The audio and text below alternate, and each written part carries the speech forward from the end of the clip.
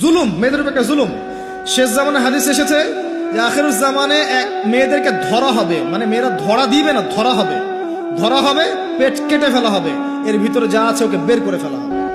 স্পষ্ট টাটকা হাদিস। কেউ দলিল চাইলে আমাকে নক করেন, আমি দিব দলিল। কোন সময়ের জন্য অপেক্ষা করছেন?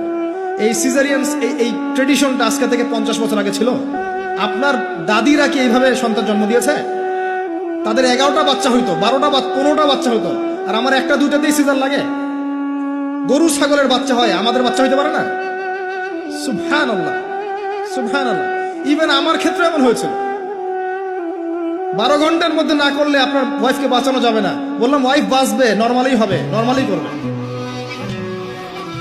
আমি যাই না মাঝে দাঁড়ানো, আলটিমেটাম সময় দিচ্ছে যে সময়ের আগে হবে না, সময় এটা পার হয়ে গেলে সিরিয়াস অবস্থা, মারা যেতে পারে, মরবে না, এভাবেই হবে, করার এভাবেই হয়েছে, এভাবেই হয়েছে। কি সমস্যা?